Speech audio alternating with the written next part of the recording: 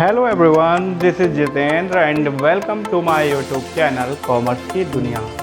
Guys, as you know, our topic basic accounting terms is going on, and today in this video we are covering a new term of accounting, that is asset.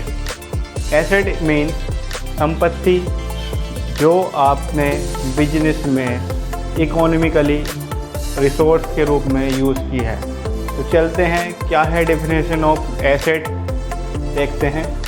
Assets are economic resources of an enterprise that can be expressed in monetary form.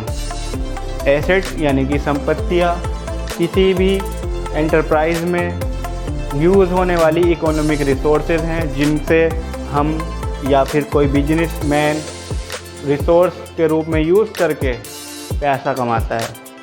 उसे continuously एक business operation में activity में use किया जाता है और उससे हम क्या करते हैं, पैसा कमाते हैं. जस्ट लाइक जो ऑनलाइन ऐप्स हैं उन पर आप देखते होंगे, ऑनलाइन ऐप्स पर जो वीडियो अपलोड की जाती हैं दैट आर देयर प्रोडक्ट, और उन प्रोडक्ट को मैन्युफैक्चर करने में या तैयार करने में कैमरा, स्टैंड, माइक, ये सब क्या है, ये सब चीज़ें यूज़ की जा रही हैं. ये हैं एसेट. ओके गाइस, तो यहाँ पर बड़े आराम से देखिएगा.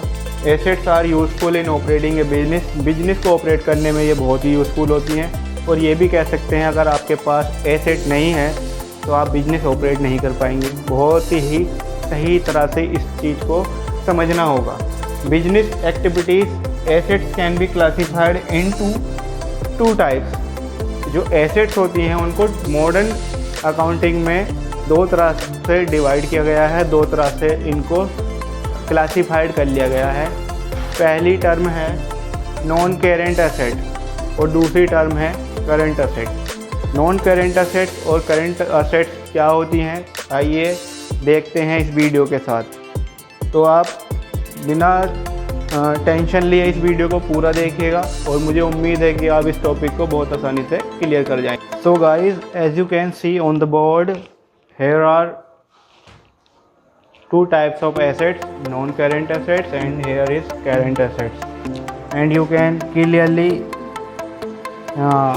read and understand about these. First of all, we will talk about non current assets. Here is fixed assets. fixed मतलब स्थिर.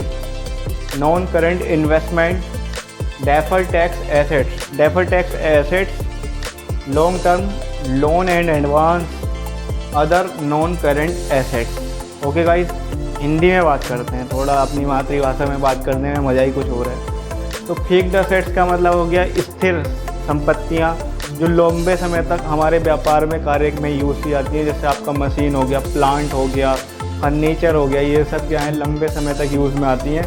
तो इनको फिक्स्ड एसेट्स के फॉर्म में हम देखते हैं.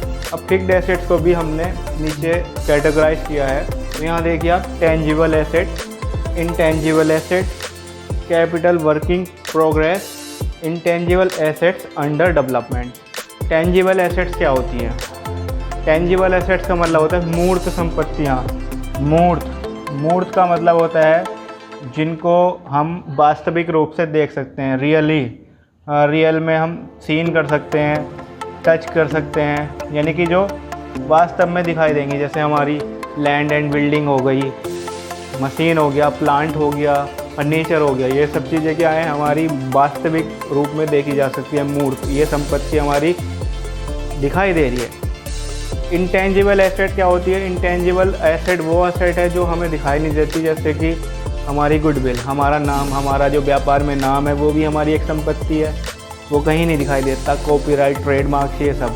ठीक, बात करते हैं कैपिटल वर्क इन प्रोग्रेस. तो वर्क इन प्रोग्रेस में जो कैपिटल होती है उसको भी एसेट के रूप में दिखाया जाता है. इंटेंजिबल एसेट अंडर डेवलपमेंट, इसका मतलब क्या है? वो अमूर्त संपत्तियां जो अभी अंडर डेवलपमेंट में है, यानी कि जैसे हमारी गुडविल बन रही है. तो ये सब चीज़ें क्या हैं आप सभी के लिए नॉन करेंट एसेट्स में फिक्स्ड एसेट्स के रूप में रखी जाएंगी. बात करते हैं non current investment. Current investment कौन से होते हैं? जो 12 मंथ से ज़्यादा की पीरियड के लिए कहीं बॉन्ड फिक्स किए गए हों, तो उनको हम इन्वेस्टमेंट कहते हैं, लेकिन वो होते हैं नॉन करेंट इन्वेस्टमेंट। ध्यान रखिएगा, 12 मंथ से यानी कि 1 ईयर की, एक फाइनेंशियल ईयर की जो पीरियड होती है उससे कम समय में ही हमने कहीं उस इन्वेस्टमेंट को रखा हुआ है, यानी कुछ हमने जो भी इन्वेस्ट किया है, तो वो जो है नॉन करेंट एसेट्स के फॉर्म में यूज़ किया जाएगा। डेफर्ड टैक्स एसेट का मतलब हो गया जब कि कोई बिजनेस हो या फिर कोई इंडिविजुअल हो, उसका एडवांस में टैक्स जाता है, एडवांस पेमेंट हो जाता है, तो उसको भी हम एडवांस जो है हमारा एसेट के रूप में दिखाया जाता है। Long term loan and advance, जो लंबे समय में लिए जाने वाले लोन हैं और एडवांस, वो भी हम क्या है यहाँ पर नॉन करेंट एसेट्स के रूप में दिखाते हैं। और अदर नॉन करेंट एसेट्स में हम अदर जो बचते हैं उनको भी ले लेते हैं। ओके गाइस, तो बात करेंगे अभी हम ये फिक्स्ड एसेट्स हो गया, नॉन करेंट एसेट्स हो गया, डेफर्ड टैक्स हो गया, ये सब हमारे क्लियरली हमारे व्यूज़ इन पे हम रख चुके हैं। अब बात करते हैं हम करेंट एसेट्स, जिसे बोलते हैं चालू संपत्तियाँ। चालू संपत्तियाँ क्या होती हैं? चालू संपत्ति यानी करेंट एसेट्स वो एसेट्स होती हैं जिनको हम तुरंत सोल्ड ऑफ कर सकें। बिजनेस में अगर हमें पैसे की ज़रूरत पड़ रही है, पैसा हमें चाहिए हो, तो हम इनको जल्दी से जल्दी हम इन्हें सेल करके हम पैसा बना सकें। ठीक है, तो ये कौन कौन से होते हैं? करेंट इन्वेस्टमेंट होता है इसमें शामिल। इन्वेंट्री यानी कि जो स्टॉक है, हम स्टॉक को जल्दी बेच सकते हैं, कम रुपए पर भी अगर हमें ज़रूरत पड़ गई तो हम अपना पैसा, जो हमारे स्टॉक का जो एक्चुअल प्राइस है उसको गिरा करके, यानी कि उसकी वैल्यू को कम करके भी हम उसको बेच सकते हैं, जल्दी से पैसा रिसीव कर सकते हैं। ट्रेड रिसीवेबल में आते हैं डेटर्स और बिल्स रिसीवेबल, BR, जो आप सभी बिल ऑफ एक्सचेंज में जानेंगे।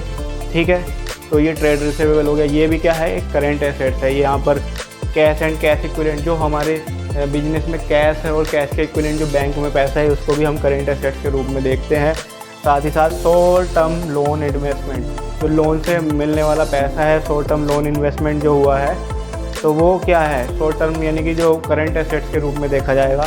और अदर करेंट एसेट्स क्या हो गई? अदर करेंट एसेट्स हो गई आपकी जो बाकी बची हुई संपत्तियाँ, जैसे आपके प्रीपेड एक्सपेंसेस हो गया, प्रिलिमिनरी एक्सपेंसेस हो गया, ये सब यहाँ पर आ जाते हैं। तो गाइस, आप सभी समझ सकते हैं कि यहाँ पर अभी सब कुछ तो डिस्कस कर दिया गया है। बस आपको एक चीज़ की बात रह गई है केवल, कि भाई चैनल पर यानी कि कॉमर्स की दुनिया पर अब तक जितनी भी पिछली वीडियोस हैं, अगर आपने अभी तक नहीं देखी हैं तो उनको देखिएगा। वीडियो पसंद आए तो उसे लाइक कीजिएगा, अपने फ्रेंड्स के साथ शेयर कीजिएगा, और चैनल को भाई साहब सब्सक्राइब ज़रूर करें, क्योंकि भाई आपके सपोर्ट के बिना तो कोई काम हो नहीं सकता। Public is like a god. आप सभी तो, आपके पास इतनी पावर है जो सपोर्ट करते हुए हमें ज़्यादा से ज़्यादा लोगों से इंटरेक्शन का मौका दे सकता है। इसलिए प्लीज़ इस विज़न को, हमारे इस इनिशिएटिव को आगे तक बढ़ाइए, इसको एक्सपेंड कीजिए। Thank you so much. इसी तरह से चैनल पर बने रहिएगा।